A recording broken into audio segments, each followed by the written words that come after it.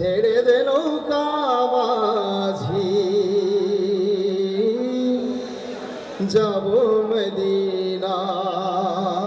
গানের মূর্ছনায় যেন নূরের আলো ছড়িয়ে পড়েছে পুরো এলাকা জুড়ে। সুর গান যে কোনো বাধা মানে না, তাই তো বাংলার পাশাপাশি উর্দু, আরবি, ইসলামিক সঙ্গীতে সব দর্শকের মন কাড়েন শিল্পীরা। কোনো ধরনের ভারী বাদ্যযন্ত্র ছাড়ার এমন আয়োজনে ভিড় জমান শিশু থেকে শুরু করে বৃদ্ধরা।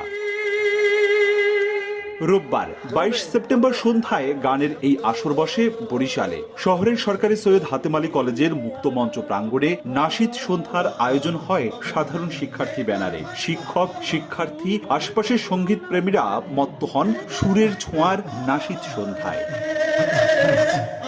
অন্ধকারকে দূরে ঠেলে একে একে মন জুড়ানো সঙ্গীত পরিবেশন করেন নাশিদ শিল্পী আবু উবায়দা, জাতীয় সাংস্কৃতিক সংগঠন কলরব, শিল্পী গোষ্ঠী স্টুডিও ওয়ান, হেরারসি শিল্পী গোষ্ঠী ও সুরমোহনা শিল্পী গোষ্ঠী।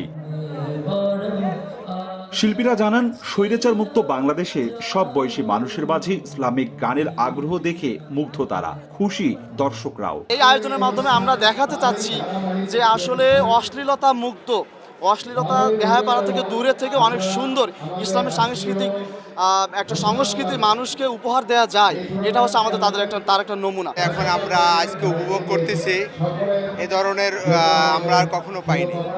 আর আমাদের কাছে এত আনন্দ লাগতেছে যা বলার মতো না। মনে হয় যে আমাদের মনের ভিতরে অন্তরে ঢেউ উঠেছে। নতুন বাংলাদেশের জন্য ধর্মমত নির্বিশেষে আমাদের এই যে ইসলামিক সংস্কৃতি অনুষ্ঠানটা বর্তমান চলমান রয়েছে, এই অনুষ্ঠান দেখেন দীর্ঘদিন যাবত এগুলো হতে পারে নাই। আমাদের মতামত এই অনুষ্ঠান চলমান থাকবে এবং ধর্মমত নির্বিশেষে সবাই এটা জয়েন করতে পারবে। নাশিদ সন্ধ্যা সর্বপ্রথম আয়োজন করা হয়েছে।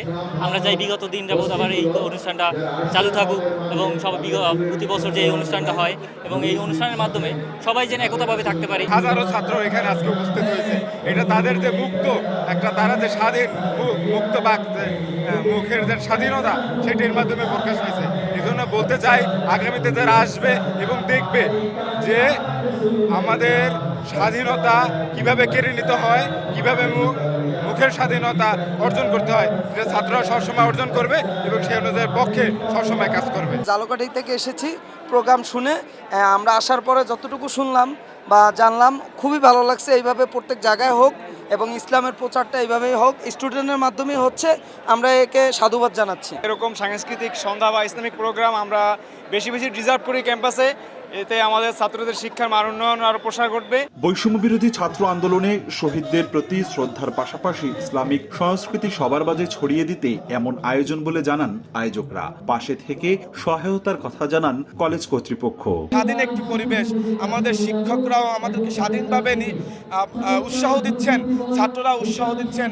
তাই আমাদের আয়োজকরা সর্বোচ্চ চেষ্টা করেছে যে এই ধরনের একটা আয়োজন নবীর শানে একটি নাশিদ সন্ধ্যা যদি হয়, তো অবশ্যই এটা ইসলামের যে মত চর্চা, পথ চর্চা, সেই চর্চার পথে আরও অগ্রণী ভূমিকা পালন করবে।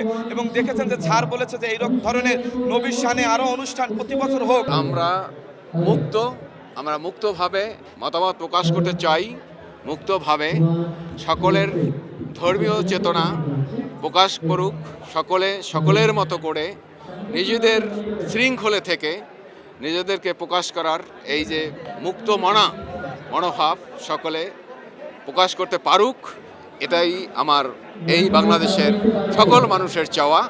তারই বহিঃপ্রকাশ হিসাবে আজকে আমার এই অনুষ্ঠানের আয়োজন। গত 15 দিনে বরিশাল বিশ্ববিদ্যালয় ও শেরেবাংলা মেডিকেল কলেজে কাওয়ালি সন্ধ্যার আয়োজন করেছিলেন শিক্ষার্থীরা। অপূর্ব অপু, সময় সংবাদ, বরিশাল।